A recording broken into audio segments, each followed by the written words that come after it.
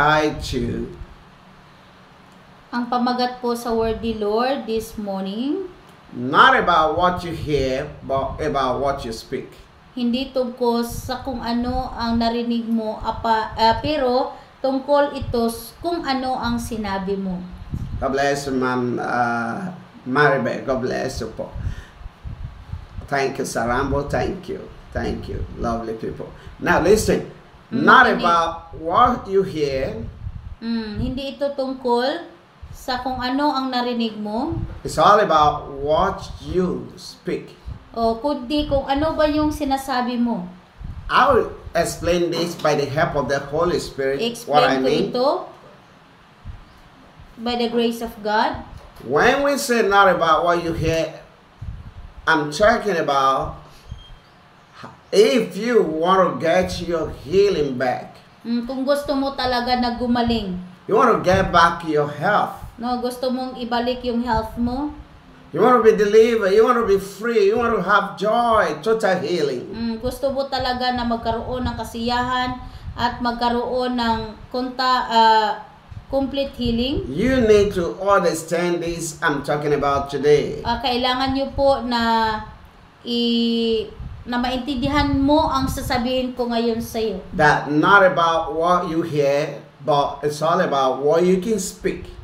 Hindi ito tungkol kung ano man ang narinig mo, pero tungkol ito kung ano yung mga sinasabi mo. Thank you, Soma Manuel. God bless you. Now, let's turn our Bible to the book of Luke chapter 8. Then let's read verse 50 of the chapter. Luke chapter 8, verse 50 of the chapter. I want to show you something today. Yeah. God bless you, Ma'am Let. God bless you. You're welcome in the name of Jesus. And please kindly share this. Share this as you have been sharing to somebody else, and let somebody be blessed through the word of God. Share this video. Luke 8:50. Yeah. But when Jesus heard it, Now listen, somebody. When Jesus heard it, he answered him. do you hear that? It's exchanging of wood. No, meron po silang conversation. Jesus heard it. Nag-uusap po sila. Nag-uusap po sila. Narinig ni Jesus? Jesus doesn't keep it, No, hindi niya kinikip. but he answered back. Nung narinig niya, si Jesus ay nag-response kaagad. Oh, I can feel the Holy Spirit is going to heal somebody today. Amen. He heard it. Narinig niya, He responds to it. at nag-response siya agad. Listen attentively. Makinig kayo mga kapatid. The message is not about what you heard, but all about what you respond. Ang mensahe po mga kapatid ay hindi po tungkol sa kung ano ang narinig mo, pero tungkol ito kung ano bang mga sinabi mo. If you read that passage very well from the beginning, you discover that there was a man called Jairus who have a daughter that is about to die, and they invite Jesus Christ to come to the house to pray for that girl. And on getting to the house, they discover that somebody quickly ran to him and said, "Come on, don't trouble Jesus anymore. This guy is dead already. He's finished. Nothing can happen anymore." Amen. No, kung babasahin niyo po ang ano po yung mga ano pong nangyari dito ay tungkol po ito sa panahon, no, tungkol kay Jairus na nakikipag-usap siya kay Jesus. And immediately they got to the house, and that person came and shared a bad news to him. At nung dumating na sila sa bahay at narinig nila yung bad news. So Lazarus is in the midst of bad news and good news. Si Lazarus, no, nandyan siya sa in between, no, sa bad news or good news. God bless Mameli. So he got to choose one. Kailangan po mamili ng isa. Listen to me, somebody. Makinig kayo. I tell you by the assurance of Holy Spirit. Sasabihin ko to sa inyo mga kapatid, na may kasamang assurance no, sa pagitan ng banal na espiritu, you are going to conquer that sickness. amen, ikaw po ay magiging panalo sa sakit na yan. This sickness is not going to conquer you. Yung sakit na yan ay hindi yan makadefeat sa iyo. As I will pray for you Hindi today, yan magtatagal. Kapag ako po ay nagpipray ngayon, by the authority of God who called me and make a covenant with me, sa magitan po ng kapangyarihan ng Diyos na siyang gumawa ng covenant sa akin, you will have your victory. kayo po ay magkaroon ng In victory. the name of In the Jesus name of Christ. Jesus. Listen to me. Makinig kayo. The Bible says, Sabi ng salita ng Diyos, with all the expectation of Jairus for God to move, Jesus is here with me. I know He has ability. He's gonna do it. Yet a certain bad word came to him. amen. No, grabe yung faith ni Jairus. Sabi niya, nandito ako with Jesus, so walang imposible kay Jesus, walang mangyayari sa aking anak. Pero kahit na ganun yung faith niya, may dumating na bad news. Let me tell you, no matter how big is your faith, Kahit gaano man kalaki yung faith mo, devil is out there to challenge it. nandun si Satanas, nandun ang Diablo para i-discourage ka, para mawala yung faith mo. But you need to understand the winning method, the winning strategy that I'm trying to tell you today. Pero kailangan mo maintindihan, mga kapatid, yung mga pamamaraan para kayo po ay magiging panalo. God bless you, Ma'am Winnie Franco. God bless you, Ma'am Eileen. God bless you. You need to understand how to be a fighter and conquer the battle. Kailangan nyo po na maintindihan kung paano magiging fighter at paano kayo na sa gera, no? Kayo po ay mananalo. Yes, Sarambo, we're gonna pray for that. That's what God wants us to understand, and that is the example that our Master Jesus laid down in this passage. Amen. No, yan po ang gustong ipakita ng Diyos, especially sa verses na ito, na ipakita sa inyo na kailangan magiging matatag tayo sa ating mga pananampalataya sa Diyos. For the benefit of those of you who just joined us, the title of the message is, it's not about what you heard, it's all about what you respond. Sa mga baguhan pa lang, gusto kong paalam sa inyo na ang title po sa mensaheng ito ay hindi tungkol sa sinabi nila, pero tungkol ito kung ano bang sinabi mo. God bless you, Billy Valo. God bless you, Sir Josh. God bless you, everyone. Listen attentively. Makinig po kayo. They got to the house of Jairus. Amen. Sila po ay dumating sa bahay ni Jairus. Jairus was with expectation of miracle to happen, that finally Jesus is here with me. Finally my daughter is gonna be healed. Finally the presence of God is here. The same thing with you. Somehow you might have a confidence that God is with you. Now at last I can connect to the healing program. I believe this man of God will pray for me, miracle will happen. But suddenly something happened in between, which you need to know how to conquer it. Amen. No, kahit na may pananampalataya ka, kahit na kayo ay may faith na si Apostle Paul ay gagamitin ni Lord sa inyo, pero kailangan po talaga na meron kayong gawin para mangyayari yung mga expectation ninyo. When I say not about what you hear, kapag sinabi ko, hindi ito tungkol sa kung ano ang narinig mo. God bless you. God bless you. Yeah, God is going to intervene as a role well. God bless you. The Lord will do miracle. Don't worry. Now, when we talk about what you hear, Kung mag-ano po tayo, kung ano yung narinig mo. Satan do speak every day. Kasi everyday po si Satanas, no, yung Diablo ay ay marunong ding mangungusap doon sa tao. It's a bad Satan. Kasi bad Satan yan. It's an ugly devil. Yan ay napakapangit na demonyo. He loves to speak always. Gusto niya na nakausapin ka. And it has its way of speaking. At meron siyang mga pamaraan para kumausap sa inyo. Can you somebody very close to you like the wife of Job?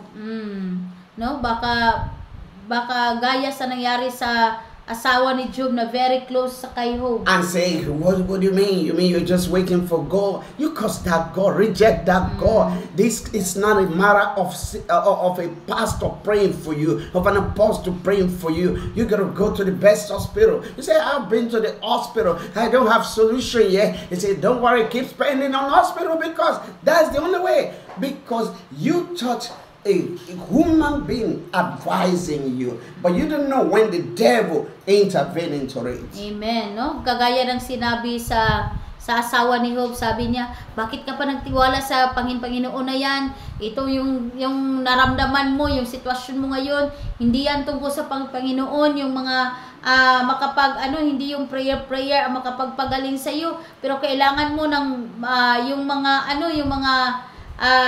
yung hospital na pinaka-the best na doktor dito. Sabi ni Job, nanggaling naman ako pero wala naman na solusyon. Sabi niya, huwag kang mag-alala, patuloy ka lang sa paggastos. Sige ka, pumunta ka doon, pumunta ka dito. Be aware. Kailangan po magiging aware tayo. That in the victorious move of God, para po kayo ay maka-experience po sa move ni Lord, sa mga kilos ni Lord. the power of your mouth has a lot to do. Yung mga words na lumabas sa iyong bibig, yan po ay napakalaking impact kung ikaw ay pagalingin o hindi. Yes, Adoris, I'll be praying for that. Now listen. Makinig. Just observe this. I-observe nyo ito mga kapatid. If you have ever seen the boxer Kung nakikita nyo po yung mga boksingero or wrestlers o mga wrestlers or the people in the country where there is a war, or sa isang place na merong gera, you will have something common in all of the fighters.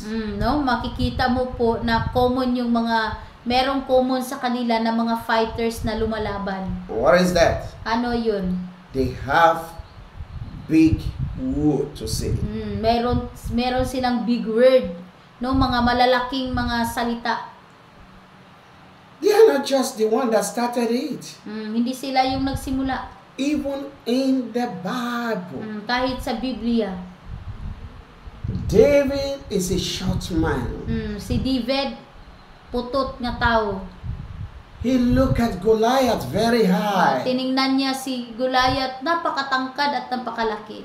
And Goliath was saying a lot of big words. At si Goliath, grabe yung mga big words na sinabi ng Goliath, no? Isang hambog na tao si Thank you, Goliath. great woman of God, Ma'am Susan. God bless you, Paul.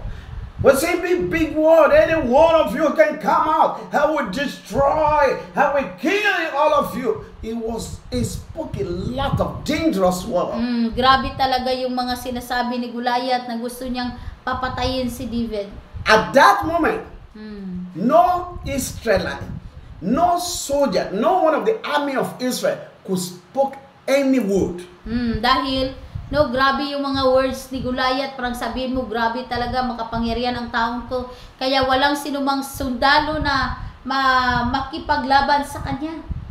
But the man called David, pero si David, the young boy among them, yung pinakabata sa kanila, short one among them, pinakaputot sa kanila, the one that doesn't have weapon, yung taong walang sandata, he doesn't have the hammer of war, wala siyang armor para sa gera, but he has, damit pang gera. he is aware of what he have, that he has the authority of God. Pero alam niya kung ano ang nandyan sa kanya, na merong kapangyarihan ng Diyos na nanahan sa kanya. God bless you, Ma'am Judy. You are welcome in the name of Jesus. He came out boldly. Lumabas siya. He said, who is this one talking? At sinabi niya doon kay Goliath, sino ka ba na nagsasalita ng ganyan? I am David. Ako si David. I will pull you down. Patyunta ka. I will cut off your head. Putlo na ko imong ulo. Goliath, look at him. Tiningnan siya ni Goliath. People look at him. Tiningnan siya ng mga tao. Compare the size. No, kung ikumpara mo yung kanilang mga katawan. Does this boy know what he's talking about? No? Sabi nila, totoo ba talaga? Alam ba ng batang ito, ng yagit na ito, kung anong sinasabi niya? But they didn't understood what David had. Dahil hindi nila naintindihan kung anong sinasabi ni David at kung anong meron siya. David is aware that whatever your mouth will speak carry power. Kasi alam ni David na kahit anuman ang lalabas sa kanyang bibig ay may power. Thank you, Pastor Atresha. God bless you. Thank you, Ma'am Virginia. God bless you. You're welcome, Paul. Are you hearing me, somebody? I want to pray for you, but I just want to teach you a winning strategy. How you can conquer that sickness totally. Amen. That's what I'm trying to tell you. Amen. Gusto kong mag-pray sa inyo mga kapatid, pero bago pa niyan, kailangan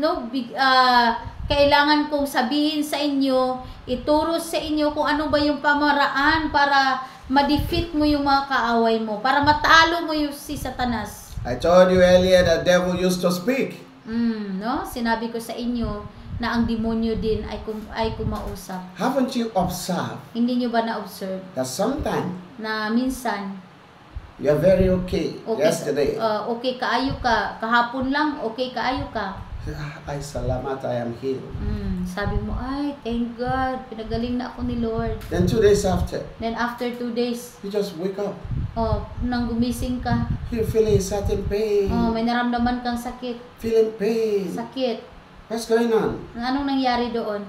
There's devil. Yung demonyo. The sickness. Yung mga sakit. Want to speak to you through the symptoms. Amen. No? Gusto silang magsalita sa iyo tungkol sa mga sintomas. Want to tell you that there is stroke in your body. Gusto niyang sasabihin sa iyo na may stroke sa iyong katawan. He want to tell you that you are already in sickness. Gusto niyang sasabihin na ikaw ay nagkakasakit na. He want to tell you that you cannot be healed. Gusto niyang sabihin sa iyo na hindi ka talaga gagaling. He want to tell you that your prayer is not answered. Gusto niyang sabihin sa iyo na yung prayer mo ay walang kasagutan. He want to tell you that meeting you are attending online cannot work for you. Gusto niyang sabihin sa inyo yung inatinan mong healing program, walang mangyayari sa iyo yan. But you need to have the nature of Jesus. Pero kailangan na magkaroon ka ng nature ni Jesus. What does Bible say about Jesus here? Ano ba ang sinabi sa Biblia tungkol kay Jesus? In that verse 50. Sa verse 50. Immediately that person say, the girl is dead already. Nung sinabi ng tao na nagbigay ng misay na patay na yung bata ni Jairus. Jesus didn't silence. No, si Jesus hindi siya hilom. Bisaya pa. Wala siya naghilom lang. I don't know what it is in Tagalog. Hindi lang siya tumahimik. Okay. He doesn't just silence. Hindi siya kumikibo siya. He taught us how to act immediately. Tinuruan tayo ni Jesus kung paano natin aatakihin yung kaaway. And you need to have that character. At kailangan magkaroon ka ng ganyang klaseng ugali na marunong umatake kay Satanas. He doesn't fight human being. Hindi niya inaway yung nagdala ng bad news. But he just told Jairus. Sinabi niya kay Jairus, don't mind Satan, just believe. Sinabi niya kay Jairus, huwag kang matakot, huwag kang maniwala. Whenever you have a certain demon speaking through symptoms. Kapag kumausap na si Satanas dahil sa mga sakit o sa mga taong nasa paligid mo. And you feel like that. At nafe-feel mo yung mga sakit na aray. In the name of Jesus. Sasabihin mo sa pangalan ni Jesus. It is well with my body. It is well with me. In the name of Jesus. Sa pangalan ni Jesus. My Bible says, ang sabi ng salita ng Diyos, my God will take away sickness from me. Alisin ni Lord yung mga sakit na nasa akin. So sickness, get out now. Amen. Ikaw na sakit, umalis ka na. In the name of Sa Jesus, pangalan ni Jesus, I am healed. ako ay gumaling na.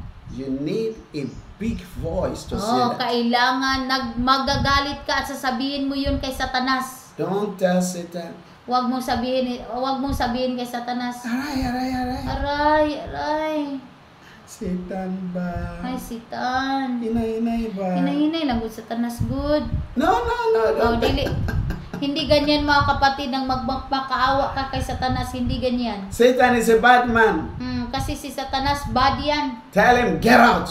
Oh, sabihin mo kay Satanas, umalis ka Satanas. Tell devil, you cannot kill me. Oh. I am healed. Sabihin mo sa demonyo, hindi ka makapatay sa akin, I am healed. God bless you, Ma'am Rosalinda Lorraine. I've been expecting you also. God bless you.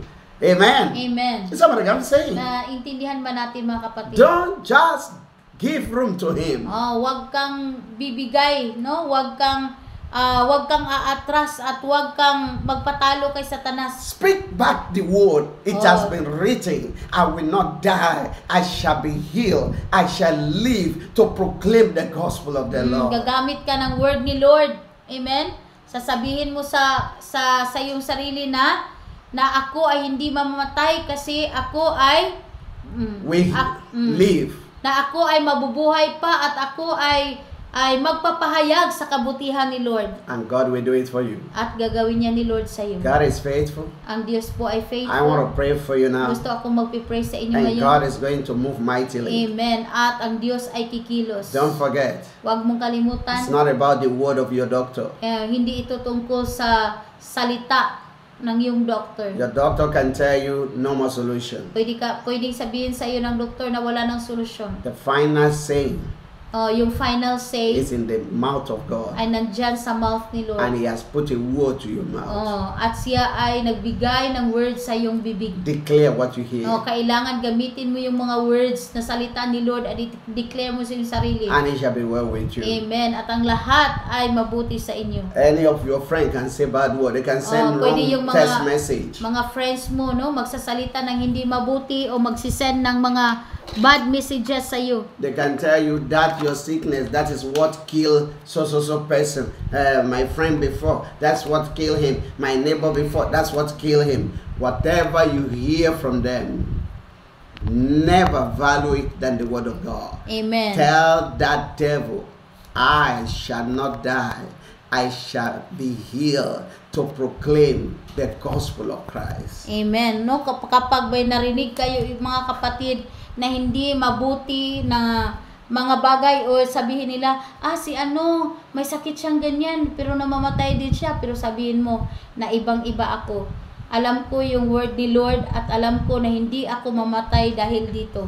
And so shall you have victory. Amen. At ikaw ay magkaroon ng victory. It shall be well with you. Amen. At ang lahat ay magiging okay sa inyo. In the name of Jesus. Sa pangalan ni Jesus. In the name of Sa Jesus. pangalan ni Jesus. Never allow that symptoms to control your mouth. Wag mong pahintulutan na yung mga sintomas, yung mga sakit ang siyang magkocontrol ng yung bibig. Control the symptoms by your mouth. Amen. But sa magitan ng yung mga salita ng Diyos ay makokontrol mo yung mga sintomas o mga sakit na yan. You say, my leg, you will walk. You will walk very well. You will walk. Sabihin mo everyday sa yung paa na ikaw na leg, ikaw na paa ko, ikaw ay gagaling, ikaw ay lalakad sa pangalan ni Jesus. Say, let's go, my leg. Let's go. Let's go. And you stand up. Tumayo ka. God bless you, Sir Emmanuel. You stand up. Tumayo ka. And you start to move. At nagsimula kang humakbang. And God will surprise you. At ang Panginoon ay magsusurpresa sa inyo. But if you say, hala, Pero kapag sabihin mo, hala, it has come again. dumating na naman. Knock down na. Knockdown, talo ka na pag ganun. It should not be like that. Dapat hindi ganyan. Even when you see the boxer, even if that person is bigger than them, they will say, I will knock you down. I will knock you. They will be saying big word because that's the secret of winners. Amen, no? Kahit na makikita mo mga kapatid, sometimes may mga boksingero na yung isa malaki ang katawan ng isang maliit, pero sasabihin na maliit na tatalunin kita. Di ba? Mga big words, especially sa mga wrestling, ganun. Oh, and it's work for them. At nag-work sa kanila. So speak. Ikaw din ay mag-speak. It shall be well with you. Sabihin mo rin at magiging okay ang lahat Let sa us inyo. pray. Father in heaven, I bless Amen. your name for the life of these precious Amen. people. Yes, Lord. Thank you, Holy Spirit, for what you have sent us to them. And thank you for greater thing you will do today. Amen. Lord Jesus, take eminent control. Amen. As we're going to minister to them, Amen. touch everyone that connected to this program. Amen. Lord Jesus, we are not the one they connected to, Amen. but we believe that they connect to you through our life. Amen. We believe, we trust in you because Amen. this is what you have told us. Amen. We trust in your covenant. Amen. Arise, O Lord. Amen. Do great and mighty in their Amen. life. Come and heal them. Come and Amen. break every Amen. chain. Yea, my eyes send the Amen. Keteria. I send that. Amen. Let your mercy come upon Amen. everyone. Show thy mercy. Amen. Heal and deliver. Amen. In the name of Jesus. Amen. In the name of Jesus. Amen. In the name of Jesus. Amen. In the name of Jesus. Amen. In the name of Jesus. Amen. Thank you, Father. Yes, Lord. We give you all the praise. Amen. In Jesus' name. Amen and amen. Glory be to God. Glory be